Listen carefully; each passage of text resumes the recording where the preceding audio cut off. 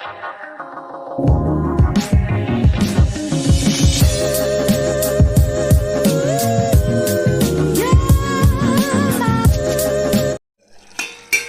Morning खमा गनीसा, कैसे हैं आप सब लोग। सुबह सुबह देख लो मैंने बना दी है क्या चौंले की फली और काजरे की सब्जी, जो मेरी बन चुकी है। गैस कर देते हैं बंद, ढक्कन लगा देते हैं। और यहाँ पर चाय भी मेरी उबलने वाली है, बस अब इसमें डालूंगी अदरक। और यहाँ पर मैंने दाना मेथी, कलौंजी और मीठे नीम के पत्ते पानी में डाल दिए हैं। इन्हें मैं उबालने के लिए रखूँगी। आज मैं भिगोऊँगी मेहंदी।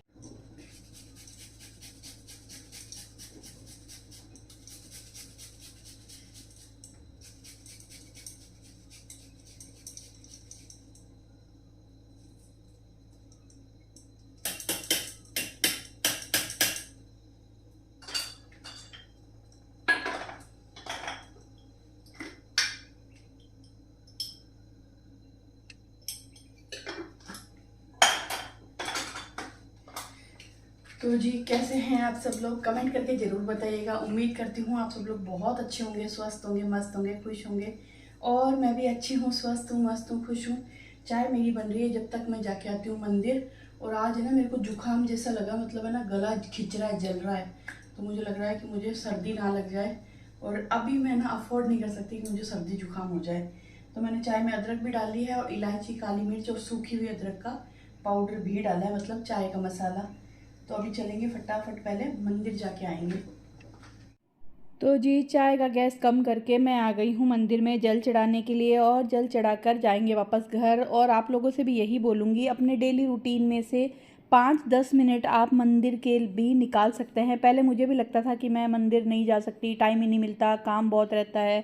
सुबह सुबह बिल्कुल मरने को भी टाइम नहीं होता, ये डायलॉग होता है हर लेडीज़ का कि मरने को भी टाइम नहीं होता। लेकिन ऐसा कुछ नहीं है, अगर आप टाइम निकालोगे तो टाइम निकल भी जाएगा। मैं भी ऐसे ही बोलती थी, लेकिन अभी टाइम निकालने लगी हूँ तो इजीली मैं मंदिर जा सकती हूँ। तो बस मंदिर से आ गई हूँ, और थोड़ा सा जल मैं हमेशा लेके आती हूँ, जो मैं शिवलिंग पे जल चढ़ाती हूँ उसमें से। और बस घर में छींटे देती हूँ, और थोड़ा सा जल मैं प्रसाद के रूप में ले लेती हूँ। तो यहाँ मेरी चाय भी बन गई है, तो बस चाय लेते हैं, चाय पीते हैं और चलते हैं अशोक उद्यान। मॉर्निंग वॉक बोल दो कि वर्कआउट बोल दो, वर्कआउट तो बहुत हैवी वर्ड होगा। हम लोग बस हल्की फुल्की वॉक करते हैं, थोड़ी बहुत एक्सरसाइज करते हैं, और दिन की शुरुआत इसी तरीके से होती है। आप लोग बताइएगा, आप अपनी हेल्थ के लिए कुछ करते हो क्या? वॉक, योगा, एक्सरसाइज, कोई भी एरोबिक्स या फिर जुम्बा या कुछ भी आप लोग अगर करते हैं तो मेरे साथ ज़रूर शेयर करना। और अगर नहीं करते तो प्लीज़ अपनी हेल्थ के लिए, अपनी बॉडी के लिए ज़रूर करें। और वर्कआउट सिर्फ बॉडी के लिए नहीं, माइंड के लिए भी होता है। जैसे ही आप वर्कआउट शुरू करोगे, आप खुद अपनी बॉडी में, अपने माइंड में चेंजेस देखोगे। बहुत अच्छा लगता है वर्कआउट करके, मन को भी और आपकी बॉडी को भी। तो चलिए, वर्कआउट हो गया हमारा। चलिए जी, हो गई हमारी वॉक, निकल गए हैं वापस। और अभी रुकेंगे डेयरी पे, क्योंकि लेने हैं टोस्ट। मैंने जो पार्टी में गई थी तब मुझे याद था कि आते टाइम मैं सोलंकी से टोस्ट लेके आऊँगी, क्योंकि हमें वहीं के टोस्ट अच्छे लगते हैं, पर भूल गई। और ब्रेकर आ गया है। तो अभी यहाँ रास्ते में एक डेयरी आएगी, एक या दो आएगी, तो दोनों में से देखेंगे, जहाँ पर मुझे अच्छे लगे टोस्ट मैं लूँगी। और थोड़े बहुत बिस्किट भी लेंगे। तो बस चलते हैं और बनाएंगे नाश्ता। नाश्ते में ज़्यादा टेंशन नहीं है, क्योंकि रात को मैंने इडली बनाई थी, तो इडली पड़ी है। आटा कारे ले लो। तो जी घर पे आ गए हैं, और आते ही आए हैं किचन में और बनाएंगे ब्रेकफास्ट। लेकिन उससे पहले हम खाली कर लेते हैं हमारी फेवरेट कढ़ाई। तो मैंने सुबह सब्जी बनाई थी, काचरा और चमड़ा की फली। तो बस चमड़ा की फली और इसको निकालेंगे। और मैं टोस्ट लेने गई थी, जो टोस्ट मुझे चाहिए थे वो तो मिले नहीं। अग्रवाल टोस्ट मिले हैं, और जो बेकरी वाले बिस्किट आता है ना, कुकीज़, वो लेने गई थी, वो नहीं मिले। तो ये छोटे छोटे 3 लेके आ गई, 20 ये सब। तो पहले हम बर्तन साफ करेंगे।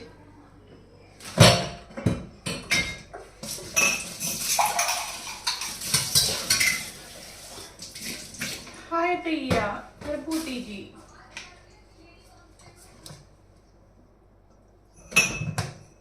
ओ भरभूति जी, उठ जाओ फटाफट। तो जी फटाफट बर्तन साफ कर लिए हैं। अभी मैं फटाफट मसाला इडली बनाऊंगी। रात को इडली सांभर बनाए थे, बहुत दिनों बाद बहुत अच्छे लगे, मज़ा आ गया खा के। और इडली थोड़ी सी हल्की होती है, जल्दी डिनर करती हूँ ना 6:30 6:15, तो अभी लगी है भयंकर वाली भूख, तो फटाफट मसाला इडली बनाएंगे।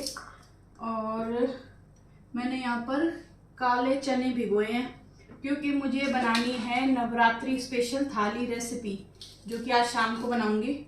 और उसमें जो मैं काले चने बनाती हूँ ना, वो भी थोड़े डिफरेंट स्टाइल बनाती हूँ, बिना लहसुन प्याज के बनते हैं, आपको मालूम है नवरात्रि का खाना।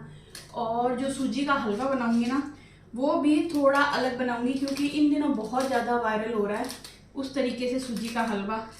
तो मैंने बहुत सारे लोगों की रेसिपीज़ देखी जो इस तरीके से हलवा बनाते हैं, तो हम भी वही करेंगे जो लोग करेंगे।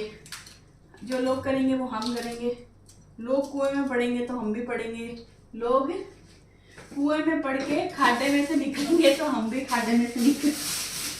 पहले मम्मियाँ बोलती थी, जब हम कुछ भी बोलते थे ना कि लोग ऐसा करते हैं, लोग ऐसा करते हैं, तो लोग कुएं में पड़ेंगे तो तुम भी पड़ोगे क्या?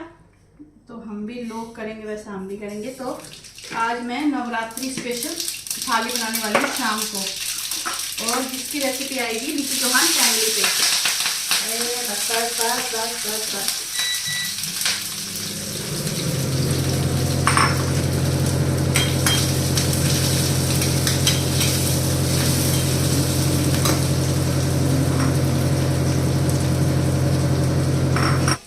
तो आपको नवरात्रि स्पेशल थाली देखनी है तो आपको नीतू चौहान फैमिली पे मिल जाएगी, लेकिन हाँ, मैं अपलोड तो तभी करूँगी नवरात्रि के पहले, नवरात्रि पे या फिर उससे पहले। तो देखते हैं जितना भी टाइम मिलता है, क्योंकि बना तो लूँ फिर भी एडिट करना भी तो पड़ता है ना, इसीलिए। तो बस यहाँ पर मैंने हरी मिर्ची, प्याज, करी पत्ते डाल के फ्राई करने के लिए रख दिया है, और थोड़ा सा पका के फटाफट इडली डाल के रख दूँगी। झटपट वाला नाश्ता अच्छा भी लगता है, हालांकि बनता बहुत ही कम है हमारे घर में, आपको मालूम बहुत दिनों बाद मैंने इडली बनाई है और मुझे बहुत अच्छी लगती है। मुझे ना बाज़ार में, होटलों में इडली सांभर खाना बिल्कुल नहीं अच्छा लगता, न ही डोसा खाना।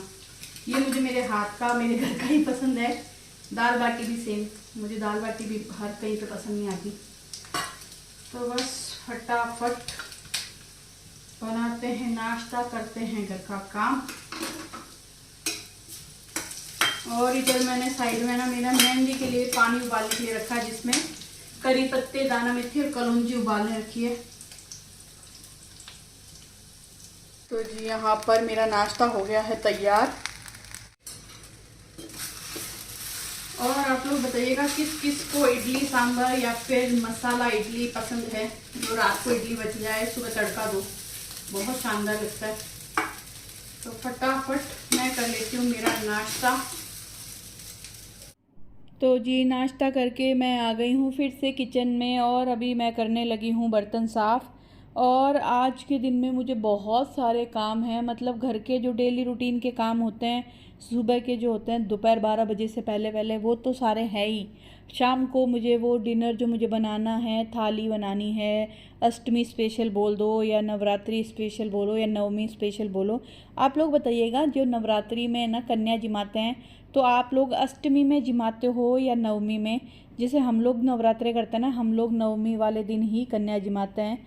आप लोग ज़रूर अपना एक्सपीरियंस शेयर करना, आप लोग क्या क्या बनाते हो, कब कन्या जिमाते हो, 9 नवरात्रे करते हो या नहीं करते।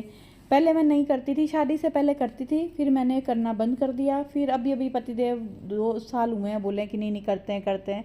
तो हम दोनों पति पत्नी दोनों नवरात्रे करते हैं। जो होली के आजू बाजू आते हैं ना, शायद अप्रैल में कब आते हैं, वो भी करते हैं, और अभी दिवाली से पहले जो नवरात्रे आते हैं ना, वो भी करते हैं।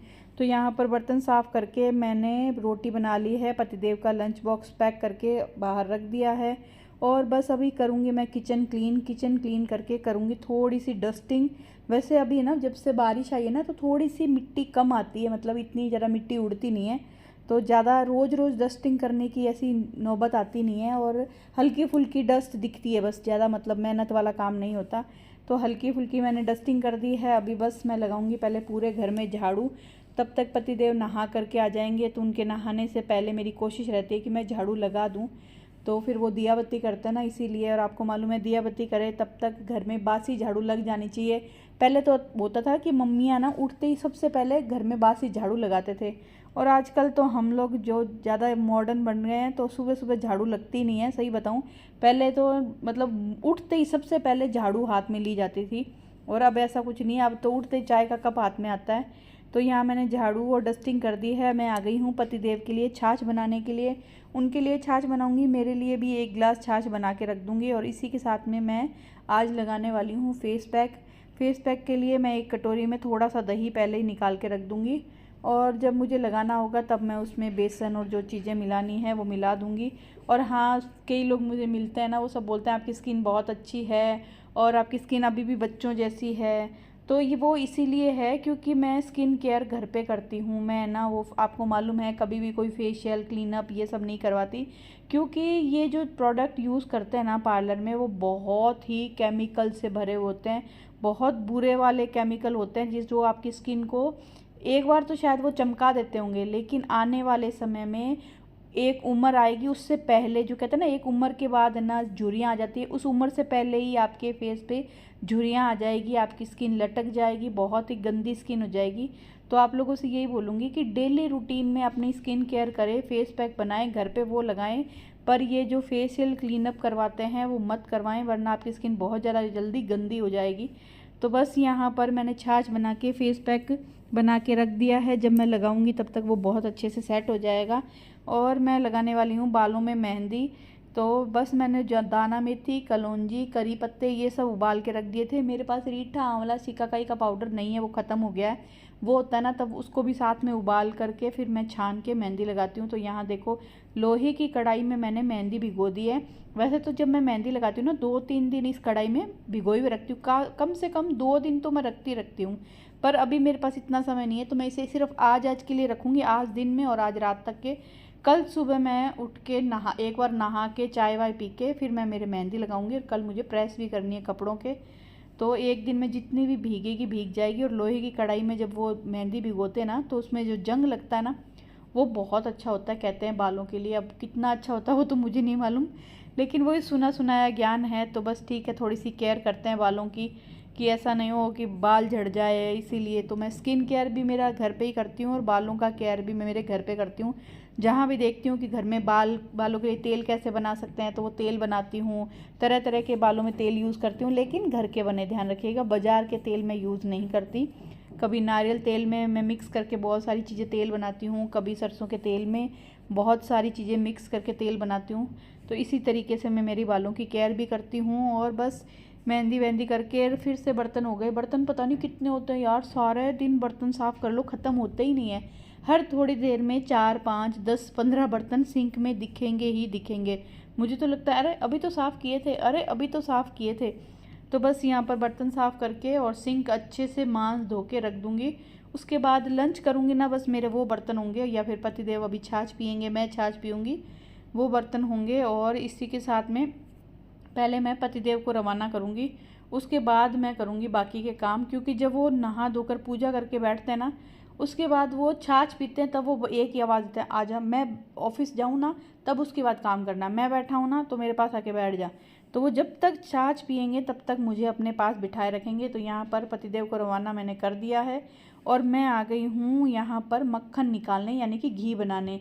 कल रात को मैंने मलाई में थोड़ा सा दूध और थोड़ा सा जावन यानी कि दही मिला करके मलाई जमा दी थी, तो वो बहुत अच्छे से सुबह जम गई। उठने के बाद मैंने उसको फ्रिज में रख दिया, और अभी मक्खन निकालने से 1 घंटे पहले मैंने इसको बाहर निकाला ताकि थोड़ा सा रूम टेम्परेचर पे आ जाए, क्योंकि बहुत ज़्यादा ठंडा होता है ना तब भी हम मक्खन निकालने में हमें प्रॉब्लम होती है।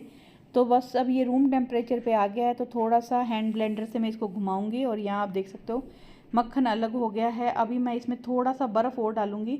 बर्फ़ डालने से क्या होगा, ये मक्खन एकदम इकट्ठा बॉल के जैसे हो जाएगा।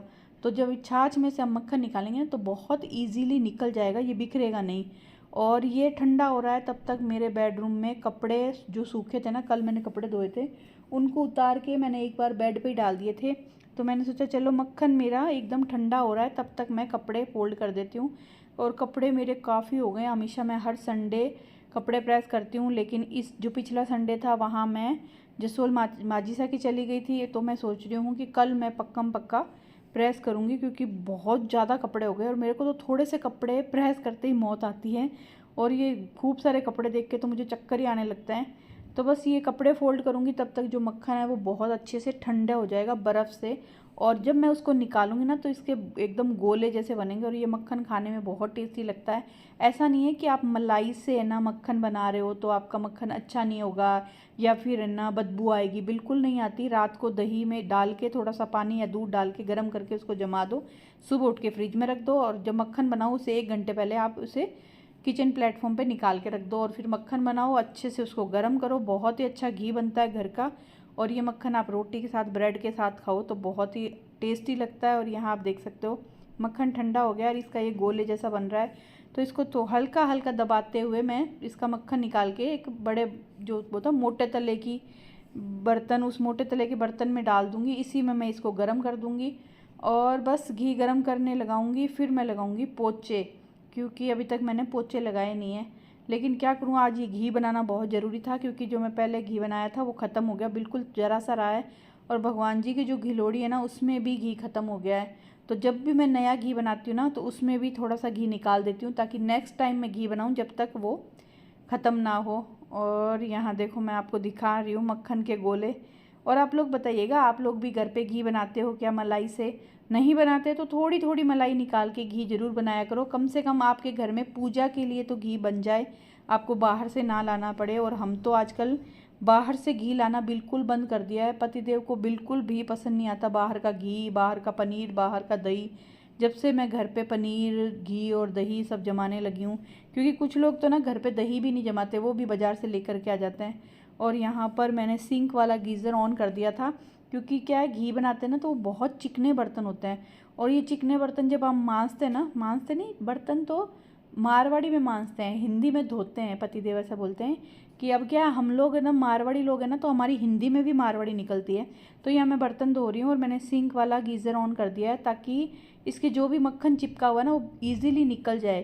क्यों, मैं जब ये बर्तन वाले झावे से साफ़ करती हूँ ना तो वो अच्छे से साफ़ होता नहीं है, तो मैं गर्म पानी से धोती हूँ तो सिंक भी अच्छे से साफ़ हो जाता है, जो भी चिकनाहट है वो निकल जाती है, वरना वो जम जाती है और सिंक को बहुत जल्दी क्या बोलते हैं इसको, जाम कर देती है। तो बस ये सब मेरा काम हो गया है और मैंने गैस पर एकदम लो करके गैस घी गर्म होने के लिए रख दिया है। मैं बाकी का काम करूँगी ना तब तक धीरे धीरे मेरा घी अच्छे से गर्म हो जाएगा। और यहाँ मैं आ गई हूँ पोछे लगाने के लिए। और हाँ, कई बार हमसे लोग मिलते हैं, वो पूछते हैं कि आप क्या करते हैं। जब मैं बोलती हूँ कि मैं हाउसवाइफ़ हूँ तो वो ऊपर से नीचे तक घूरने लगते हैं, अच्छा आप हाउसवाइफ़ हैं? तो मुझे ये नहीं समझ में आता कि हाउसवाइफ़ होना क्या गुनाह है? क्या हाउसवाइफ़ के पास काम नहीं होता, या हाउसवाइफ़ सिर्फ यूं ही होती है? ये आप लोगों के साथ होता है या सिर्फ मेरे साथ होता है? मुझे बड़ा अजीब लगता है जब लोग बहुत गलत सा अजीब सा रिएक्शन देते हैं। तो चलिए दोस्तों, बस इस ब्लॉग को करते हैं यहीं ख़त्म। मिलते हैं आपसे एक नए प्यारे से ब्लॉग में। और हाँ, मुझे ज़रूर बताइएगा क्या आपके साथ भी ऐसा करते हैं लोग।